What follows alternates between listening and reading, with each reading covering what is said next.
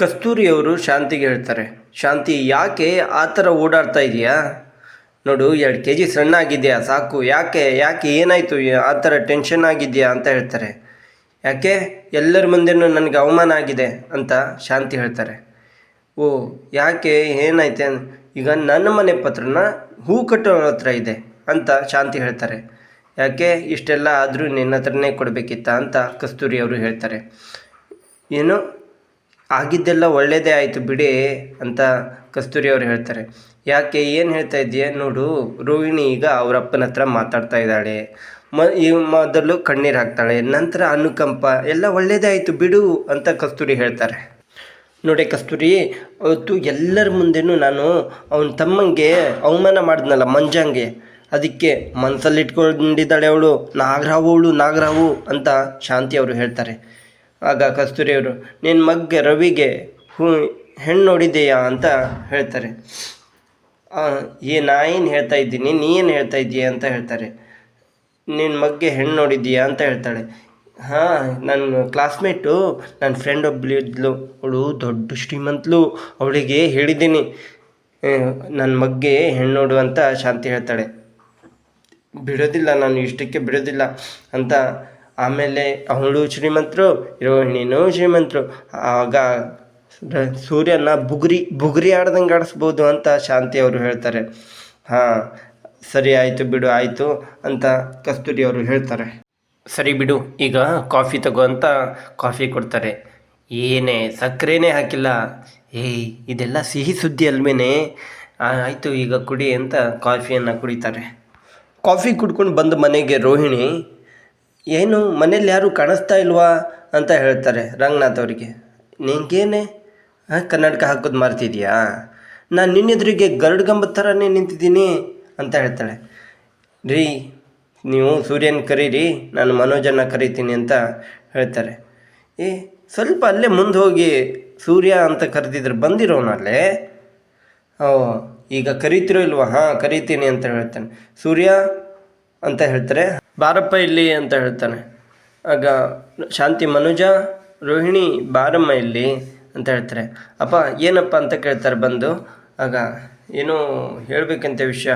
ಹೌದಾ, ನೋಡು ಮತ್ತೆ ದುಡ್ಡಿಂದು ಯಾರು ಪೊಲೀಸರು ಬಂದ್ಗಿಂದರೆ ಅಂತ ಹೇಳ್ತಾರೆ.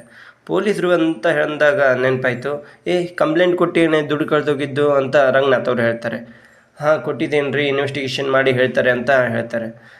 ಆಗ ಸೂರ್ಯ ಅವರು, ಹಾಂ, ಮನೆಯವರೇ ಆಗಿದ್ರೆ ಅಂತ ಹೇಳ್ತಾರೆ. ಮನುಜ, ಯಾಕೋ ಇಂಡೈರೆಕ್ಟಾಗಿ ನನ್ನ ಬಗ್ಗೆ ಹೇಳ್ತೀಯಾ ಅಂತ ಹೇಳ್ತಾರೆ.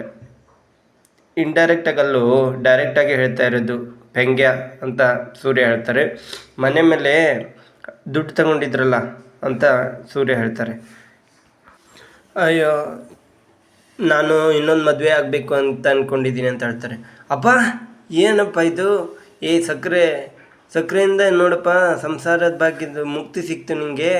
ಇವು ಏನು ಹಾಳು ಮಾಡೋಕ್ಕೆ ಹೋಗ್ತಾ ಇದೆಯಾ ಅಂತ ಸೂರ್ಯ ಅವರು ಹೇಳ್ತಾರೆ. ಏನೋ ಮಾತಾಡ್ತಾ ಇದೆಯಾ?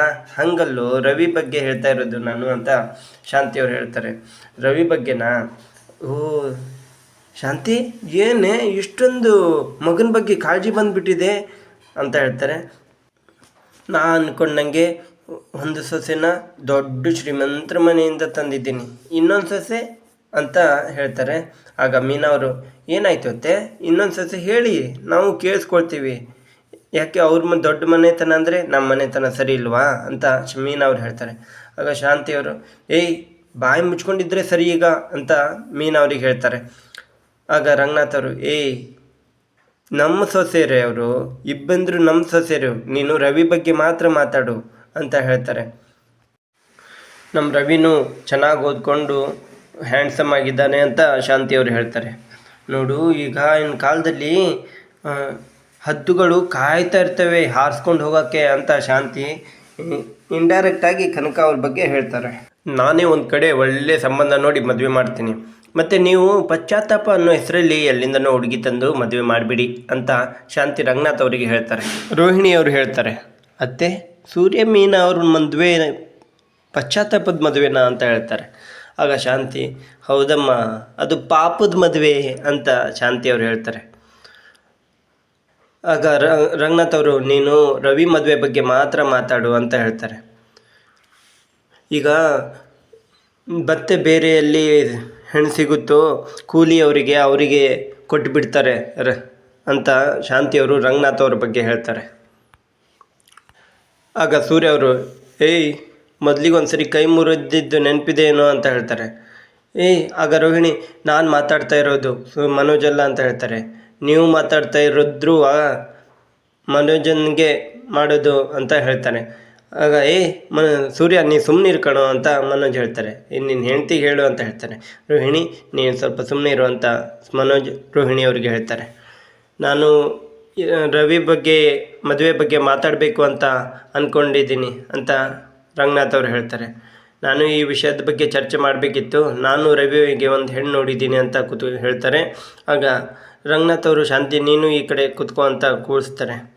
ಯಾರ್ರೀ ಅದು ಅಂತ ಕೇಳಿದಾಗ ನಮ್ಮ ಕೇಶವರ ಮಗಳು ಅಂತ ಹೇಳ್ತಾರೆ. ಚೆನ್ನಾಗಿ ಓದ್ಕೊಂಡಿದ್ದಾಳೆ, ದೊಡ್ಡವರು ಸಣ್ಣವರು ಅಂತ ಮರ್ಯಾದೆ ಕೊಡ್ತಾಳೆ ಅಂತ ರಂಗನಾಥ್ ಅವರು ಹೇಳ್ತಾರೆ.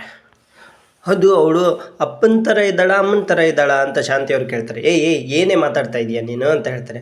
ಅಪ್ಪನ ಥರ ಇದ್ದರೆ ಮೊದಲೇ ಆ ವಯ್ಯ ಹಂಗಿದ್ದಾನೆ, ಇನ್ನು ಅವನ ಥರನೇ ಇದ್ಬಿಟ್ರೆ ನಮಗೆ ಕಾಫಿ ಕೊಡುವಾಗ ತಿಂಡಿ ಕೊಡುವಾಗ ಹೀಗೆ ತಾನೇ ನೋಡ್ಕೊಂಡಿರೋದು ಅಂತ ಹೇಳ್ತಾರೆ. ಆಗ ಮೀನಾ ಅವರು, ಅತ್ತೆ ದೇಹದ ಮೇಲೆ ರೂಪ ನೋಡೋದಲ್ಲ, ಒಳಗಡೆ ಮನಸ್ಸು ಆಮೇಲೆ ಅವ್ರ ಗುಣ ಇದನ್ನು ನೋಡಬೇಕು ಅಂತ ಹೇಳ್ತಾರೆ. ರೋಹಿಣಿಯವರು ಆಗ ಹೇಳ್ತಾರೆ, ಯಾಕೆ ರವಿ ಅವರಿಗೆ ಮ್ಯಾಚ್ ಆಗೋದು ಬೇಡವಾ ಅಂತ ಹೇಳ್ತಾರೆ. ರವಿ ಅವರಿಗೆ ಮ್ಯಾಚ್ ಆಗೋದು ಬೇಕು, ಆದರೆ ಅವಳು ಗುಣ ನೋಡಬೇಕು ಅಂತ ಮೀನಾ ಹೇಳ್ತಾರೆ. ಆಗ ಸೂರ್ಯ, ಮೀನಾ ಅವ್ರಿಗೆ ಗುಣ ಅಲ್ಲೇ ಮುಖ್ಯ, ದುಡ್ಡು ಮುಖ್ಯ ಅಂತ ಸೂರ್ಯ ಅವರು ಹೇಳ್ತಾರೆ. ನಾನೇ ಒಂದು ಹುಡುಗಿ ನೋಡ್ತೀನಿ, ಎಲ್ಲರೂ ಮೂಗ್ ಮೇಲೆ ಬೆಳ್ಳಿಟ್ಕೋಬೇಕು ಅಂತ ಹೇಳ್ತಾರೆ ಶಾಂತಿಯವರು. ಮೂಗ್ ಮೇಲೆ ಬೆಳ್ಳಿಟ್ಕೋಬೇಕಾ? ಆಗ ಸೂರ್ಯ ಅವರು ಹೀಗೆ ಹೇಳ್ತಾರೆ, ಹಾಗಾದರೆ ಮನೆ ಮುಂದೆ ಡ್ರೈನೇಜ್ ಕ್ಲೀನ್ ಮಾಡೋರೇನೋ ಅಂತ ಹೇಳ್ತಾರೆ. ಅವಾಗ ಎಲ್ಲರೂ ಮೂಗ್ ಮೇಲೆ ಬೆಳ್ಳಿಟ್ಕೊಂಡು ಓಡಾಡಬೇಕು ಅಂತ ಸೂರ್ಯ ಅವರು ಹೇಳ್ತಾರೆ. ನಾನು ನೋಡು ರೋಹಿಣಿನ ಹೇಗೆ ಏಷ್ಯಾದಿಂದ ಒಂದು ಹುಡುಗಿನ ತಂದಿದ್ದೀನಿ, ದೊಡ್ಡ ಶ್ರೀಮಂತರ ಮಗಳು, ಅದೇ ರೀತಿ ನಾನು ದೊಡ್ಡ ಮನೆ ಹುಡುಗಿನೇ ನೋಡ್ತೀನಿ ಅಂತ ಶಾಂತಿಯವರು ಹೇಳ್ತಾರೆ. ಅದೆಲ್ಲ ಬೇಡ, ನಾನು ಅವ್ರನ್ನ ಜೊತೆ ಮಾತಾಡ್ತೀನಿ ಅಂತ ರಂಗನಾಥ್ ಅವ್ರು ಹೇಳ್ತಾರೆ. ಸೂರ್ಯ, ನೀವು ಹೋಗಿ ಅವ್ರಿಗೆ ಕೇಳ್ಕೊಂಡು ಬರಪ್ಪ ಅಂತ ಹೇಳ್ತಾರೆ. ಯಾಕೆ ಕೇಳೋದು ಯಾಕೆ, ಒಂದು ಫೋನ್ ಮಾಡು, ಅವರು ಮನೆಯವ್ರನ್ನೇ ತಂದು ಹುಡುಗಿನ ಬಿಟ್ಟು ಹೋಗ್ತಾರೆ ಅಂತ ಶಾಂತಿಯವ್ರು ಹೇಳ್ತಾರೆ. ಸುಮ್ಮನೆ ನೀನು ಏನು ಹೇಳ್ತೀಯ, ಹಾಗೆ ಮಾತಾಡ್ತಾ ಇರ್ತೀಯ ಅಂತ ರಂಗನಾಥ್ ಅವರು ಹೇಳ್ತಾರೆ. ನೀವೇನಾದರೂ ಮಾಡ್ಕೊಳ್ಳಿ, ರೋಹಿಣಿ ಬಾರಮ್ಮ, ನೀನು ಜ್ಯೂಸ್ ಮಾಡ್ಕೊಂಡು ಕುಡಿಯೋಣ ಅಂತ ರೋಹಿಣಿಯನ್ನು ಕೈ ಹಿಡ್ಕೊಂಡು ಶಾಂತಿಯವರು ಕರ್ಕೊಂಡು ಹೋಗ್ತಾರೆ. ಆಗ ಸೂರ್ಯ ಅವರು, ಮನುಜ ನೀವು ಹೋಗಲ್ಲೇನೋ, ಹೋಗಪ್ಪ ಹೋಗು, ABCD ಜ್ಯೂಸ್ ಮಾಡ್ಕೊಂಡು ಕುಡಿ ಹೋಗು ಅಂತ ABCD ಜ್ಯೂಸ್ ಮಾಡಿಕೊಡ್ತಾರೆ, ಹೋಗು ಅಂತ ಹೇಳ್ತಾರೆ. ಆಗ ರಂಗನಾಥ್ ಸೂರ್ಯ ಅವ್ರಿಗೆ ಹೇಳ್ತಾರೆ, ಸೂರ್ಯ ನೀವು ಹೋಗಿ ಮಾತಾಡ್ಕೊಂಡು ಬರಪ್ಪ ಅಂತ ಹೇಳ್ತಾರೆ. ಸರಿ ಅಪ್ಪ ನಾ ಹೋಗಿ ಬರ್ತೀನಿ ಅಂತ ಹೇಳ್ತಾರೆ. ಅಮ್ಮ ಮೀನಾ ಒಂದು ಕಾಫಿ ಮಾಡಿಕೊಡಮ್ಮ ಅಂತ ಹೇಳ್ತಾರೆ. ನನಗೆ ಕಾಫಿ ಕುಡಿಬೇಕು ಅನಿಸ್ತಾ ಇದೆ ಅಂತ ಹೇಳ್ತಾರೆ. ಇಲ್ಲಿಗೆ ಈ ಸಂಚಿಕೆ ಮುಗಿ